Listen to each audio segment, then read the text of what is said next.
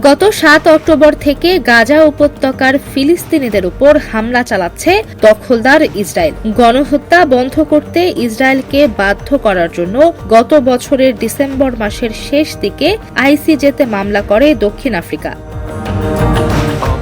চলতি মাসের শুরুর দিকে আইসিজেতে ২ দিনের শুনানি হয়। শুনানিতে দক্ষিণ আফ্রিকার পক্ষ থেকে অনুরোধ জানানো হয় আদালত যেন জরুরি ভিত্তিতে ইসরায়েলকে গাজায় সামরিক অভিযান বন্ধের নির্দেশ দেন। জেনোসাইড কনভেনশনের আওতায় ফিলিস্তিনি জনগণের অধিকারের সুরক্ষা নিশ্চিত করতে আন্তর্জাতিক আদালতের পক্ষ থেকে পদক্ষেপ ঘোষণা করা জরুরি বলেও উল্লেখ করা হয়।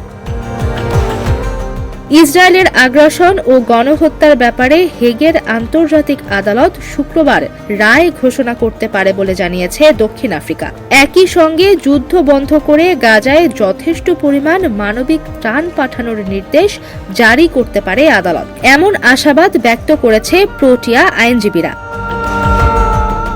সংশ্লিষ্টরা জানান, গণহত্যার অভিযোগের মামলায় আদালতে যথাযথ যুক্তিতর্ক উপস্থাপন করা হয়েছে, ফলে রায় ইসরায়েলের বিপক্ষে যাবে বলেই ধারণা করা হচ্ছে। আইসিজের এই আদেশ বিশ্বজুড়ে ঘনিষ্ঠভাবে পর্যবেক্ষণ করা হবে। ইসরায়েল প্রায়ই আন্তর্জাতিক ট্রাইব্যুনাল ও জাতিসংঘের তদন্ত বর্জন করে থাকে। তাদের দাবি, এগুলো পক্ষপাতদুষ্ট। চলতি মাসের শুরুতে আইসিজেতে অনুষ্ঠিত ২ দিনের শুনানিতে দেশটি একটি উচ্চ পর্যায়ের আইনি দল পাঠিয়েছিল। তবে ইসরায়েলের প্রধানমন্ত্রী বেনিয়ামিন নেতানিয়াহু এরই মধ্যে ইঙ্গিত দিয়েছেন, আইসিজের আদেশ তিনি মানার বাধ্যবাধকতা অনুভব করেন না। গত ১৪ জানুয়ারি টেলিভিশনে প্রচারিত এক সংবাদ সম্মেলনে নেতানিয়াহু বলেন, কেউ আমাদের থামাতে পারবে না, দ্য হেগও নয়।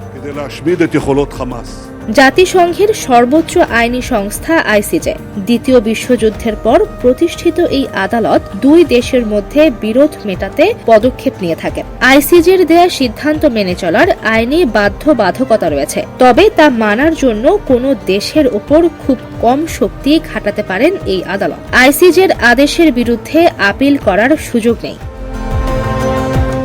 গাজার স্বাস্থ্য মন্ত্রণালয়ের হিসেবে ইসরায়েলের হামলায় এখন পর্যন্ত প্রাণ হারিয়েছে ২৫,৭০০-র বেশি মানুষ। তাদের বেশিরভাগই নারী ও শিশু।